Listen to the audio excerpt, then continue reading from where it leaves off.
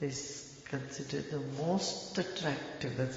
Krishna means most attractive. Krishna, the word, meaning of the word. How many of you didn't know the meaning of the word Krishna? Raise your hand. You didn't know what is the meaning? Karsheti akasheti ti Krishna. One who attracts everything and everybody towards him is Krishna. So Krishna means the irresistible attraction. One cannot resist at all. That much attraction. That's what the whole Bhagavatam is said about how Krishna was so attractive and mesmerizing. When he would just go in the chariot, he would pass by the road and people would just stand like statues looking, staring. They keep staring, and even after his chariot,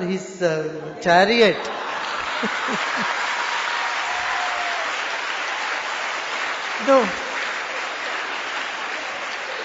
chariot is car. Even after his chariot goes away, people would just keep their eyes open and keep staring. And someone would come and, what are you staring at? So a gopi says, no doubt he also took my sight also. My attention also has gone with him. That is the seer, the scenery, the scene, everything became one. There is many stories are there, Srimad Bhagavatam. Someone was doing the makeup and she did makeup with one eye, and then she heard he's coming. They just left everything and ran out to the street to have a glimpse. So there are many stories to indicate that the divine is very, very, very attractive, so that the little attractions that the mind anchors on are freed. That's called mohana. Mohana means what? In English there is no word for mohana actually. It's a difficult thing. What's the word in English for mohana?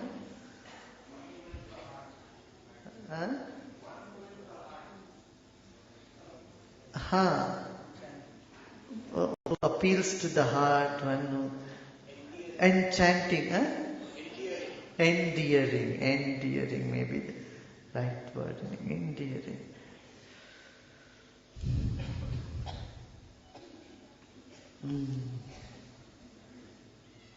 So, bondage of love with knowledge is different than the bondage hankering for pleasure. There is one bondage that comes to you because you want pleasure. Hankering for pleasure creates a certain type of bondage, which results in lot of pain. And then the taste of love also hooks you on to the divinity, infinity, intoxicates you. That with the knowledge brings stability. Because life without emotion is so dry. Emotion is needed. The emotion is either for the temporal, ephemeral, the impermanent thing, or for the permanent joy, the permanent bliss.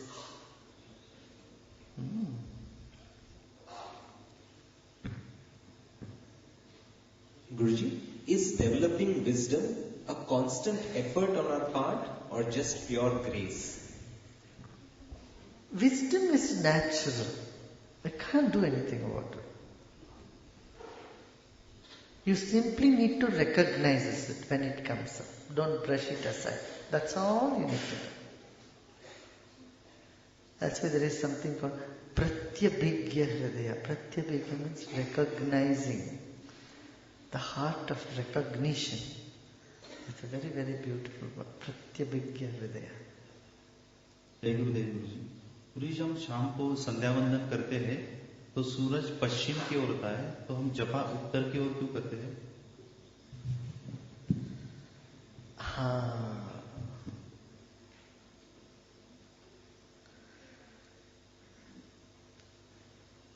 सूर्यास्त के बाद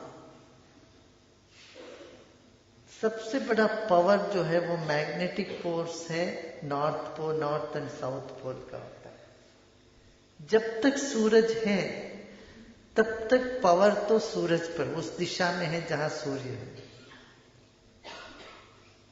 but जब सूरज डूब जाता है उस वक्त कौन सी एनर्जी डोमिनेंट रहती है? नॉर्थ साउथ पोल का मैग्नेटिक एनर्जी रहती है। इसलिए संध्या वंदन जब करते हैं सुबह पूरब की ओर सूर्य को अर्घ्य देते हैं, बट शाम को जब पश्चिम की ओर सूर्य को अर्घ्य देते हैं तब तक सूर्य डूब जाता है। फिर जाप करने के लिए उत्तर की ओर बैठ के करते हैं। ये बड़ा वैज्ञानिक ढंग से लोगों ने सोचा। पहले सुबह नहीं बोला गया सुबह भी पूरब उत्तर की ओर बैठ के जप करो, नहीं, तो सुबह तो सूरज है। शाम को जब सूरज डूब जाता है उसके बाद उत्तर की ओर मुंह करके बैठ जाओ, ये कहा।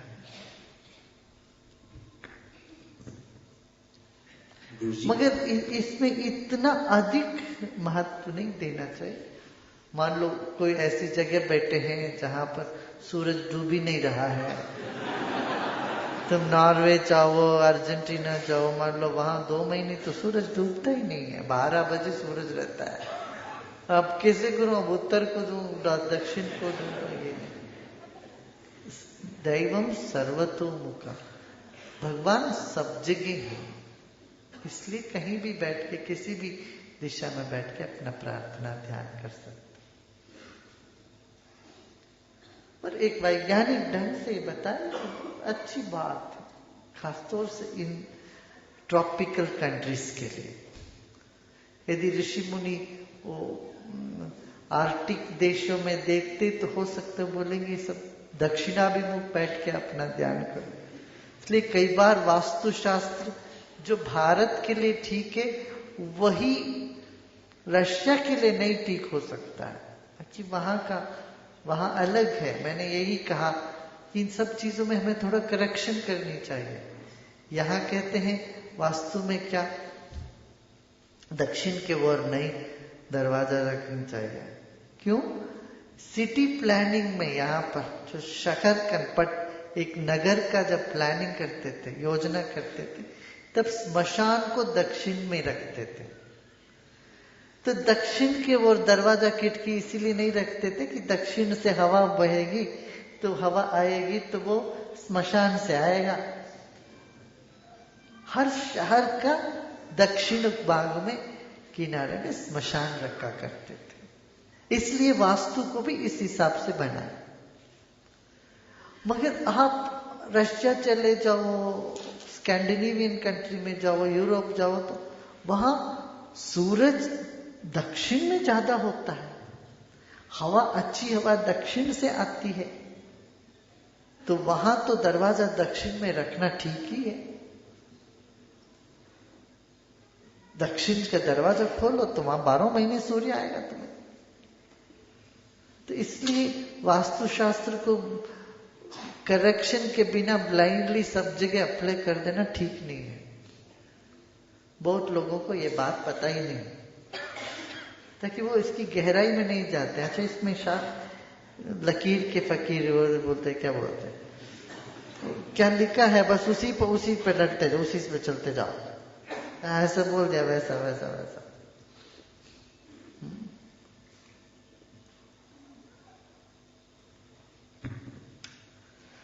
Guruji, Huh?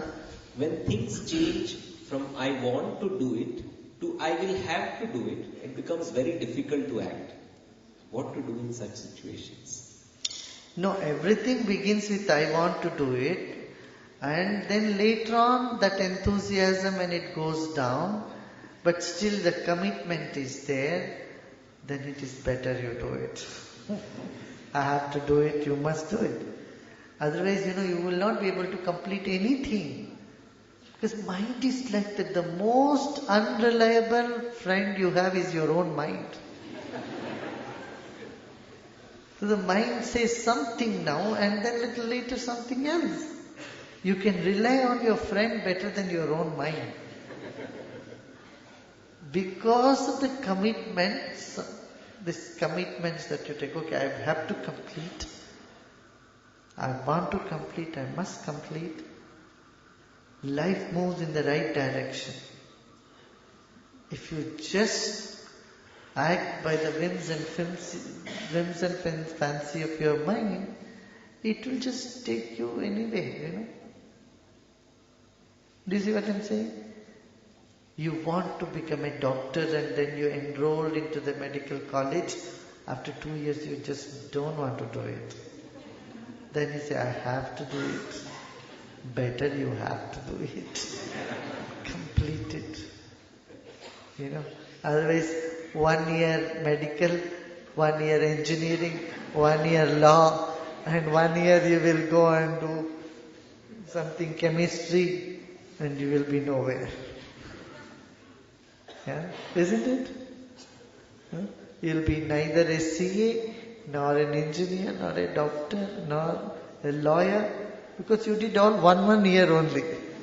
Because your mind wants to do it. No. Commitment is essential in life. Same way you have come for advanced course, you sit, first day you like it, second day, oh my God, so boring, hollow and empty, why I should... Mind says something. Oh, get out of it, have some fun. Who wants to know what is hollow, what is not hollow? What is the point of knowing whether my nose is hollow or filled up? My stomach is hollow or filled up? What is the point? Why I should torture myself with all meditation in motion? No. You have taken a commitment, you complete it. If it becomes impossible, really impossible, then you should get out of your commitment. You should give you 100% if it feels it's not leading you anywhere. Because in a state of ignorance you took a commitment. Now you feel it's becoming hell every day. Then I would say, okay. You have given your 100%, it's not working, okay, you can move on. You can get rid of your commitment, take new commitment. That's okay. Yeah. Guruji, we say opposite values are complementary. Then how do we be happy during good times when we know that bad times will follow? There is a beautiful couplet. दुख में सुमिरन सब करे, सुख में करे न कोई, सुख में जो सुमिरन करे, दुख काय को होए. Because when you are miserable, you pray, everyone prays when they are miserable, when there is no way to go, when all the doors are shut, all avenues are shut. People then pray. In misery, everyone prays. But in happiness, if someone prays, why would misery befall on them? This is a beautiful couplet in Hindi. So, the purpose of yoga is to avoid misery. Heyam dukkham anagatam. In Patanjali, Maharshi Patanjali in the Yoga Sutras, he said, the purpose of yoga, why you should do yoga? Yoga means not asanas, meditation, everything. not only asanas. Why you should do? So what is the use of this? It can stop the misery from befalling on you.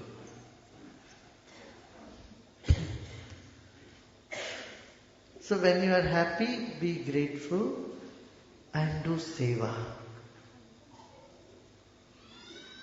And when you are miserable, let go, surrender, let go. And that is that is so difficult when you are upset, you can't let go.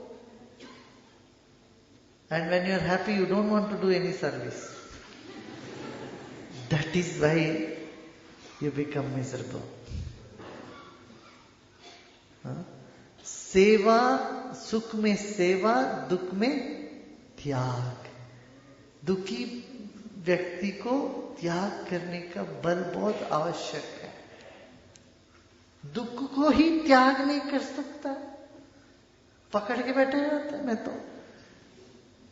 And कोई उसको कह दे तुम दुखी नहीं, तो और गुस्सा चढ़ जाता है. कैसे बोलते मैं दुखी नहीं, बहुत दुखी हूं. और चलते चलते मैं बहुत दुखी हूं कहने में बड़ा मजा आने लगता है. ये विकृत स्वभाव. ऐसा नहीं करना.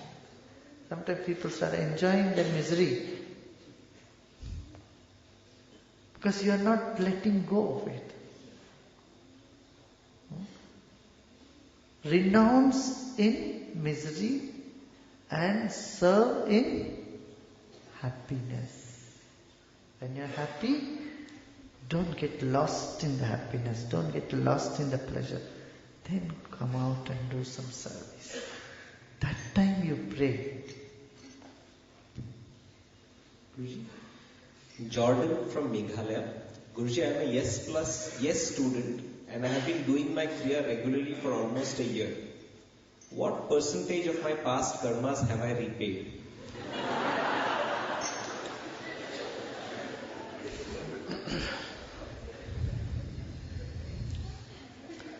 I will answer this if you tell me how many hairs you have on your head. As long as there are hairs and you have a comb, the job is done. What is the point in counting the hair? Or counting the knobs in the comb? You don't. Karma is unfathomable. Nobody knows how much karma is there, how much is not there. Every day new karmas are being made. And there is individual karma, there is a family karma, there is a collective karma. You know. Nowadays doctors say it's a family history. Ancient days, in the medical language, they say this is the family history. You know, somebody had high cholesterol in the family, high BP, this and this and this. This ancient rishi said already, family karma they called it. There is a different type of karmas are there. And we get rid of these karmas in everyday sadhana. Bad karmas goes away, good karmas increase. So when you are doing good, a portion of that good karma of yours also goes to other people around you. Your family, friends, everybody gets a share of it. I mean, it is absolutely fascinating to go into the realm of karma because it is so unfathomable. There is no end to the depth in it. You know? Almost like trying to measure the depth of the ocean. It's so vast and so much is there. I say, when you have to sail through the river, through the ocean, you don't need to know the depth of the ocean. Anyway, you are sailing in the boat. What is the point of measuring the depth? You are anyway going in the boat. Right? And knowledge and devotion is like the ship in which you sail through the ocean of karma. You don't need to know how deep it is. Anyway, you are not going to swim there. or walk through the water. Guruji, why there are exactly 7 days in a week and 12 months in a year throughout the globe in all communities?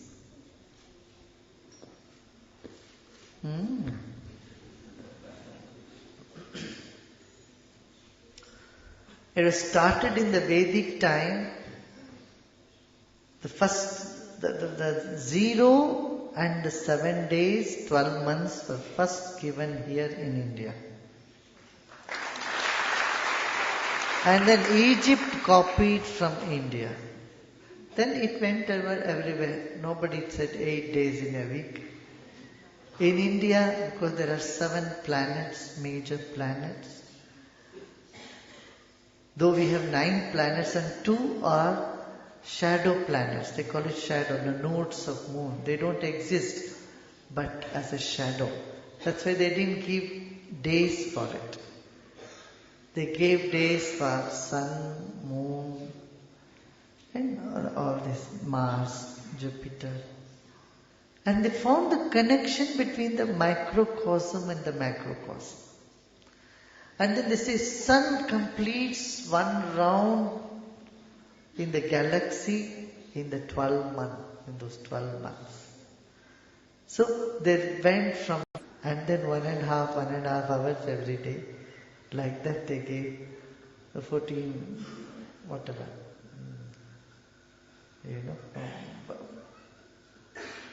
Rahukar and Gulikar. So of the 9 planets, which from the Vedic time they noted, 7 they gave whole days, and the other 2 planets they gave just some hours each day. And that's how it fitted very well with the cosmic calendar. This was done some 30,000-40,000 years ago. Or maybe even more. Nobody knows. Okay. गुरुजी प्रणाम। गुरुजी मेरा प्रश्न है कि राम जी के गुरु वशिष्ठ जी थे, श्री कृष्ण के गुरु सांदीपनी थे, आपके गुरु कौन है?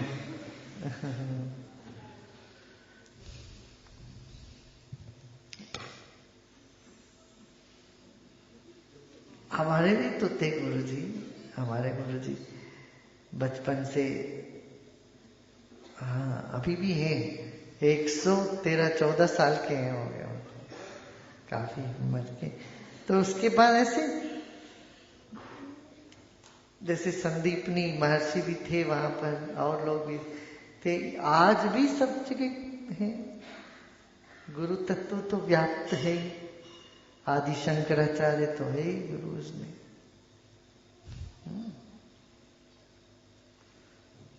हमें तो बहुत बचपन में बहुत सत्संग मिला, बहुत संतों के साथ, महर्षि महेश योगी थे, शंकराचार्य, बहुत अच्छे अच्छे विद्वान, स्वामी शरणानंद।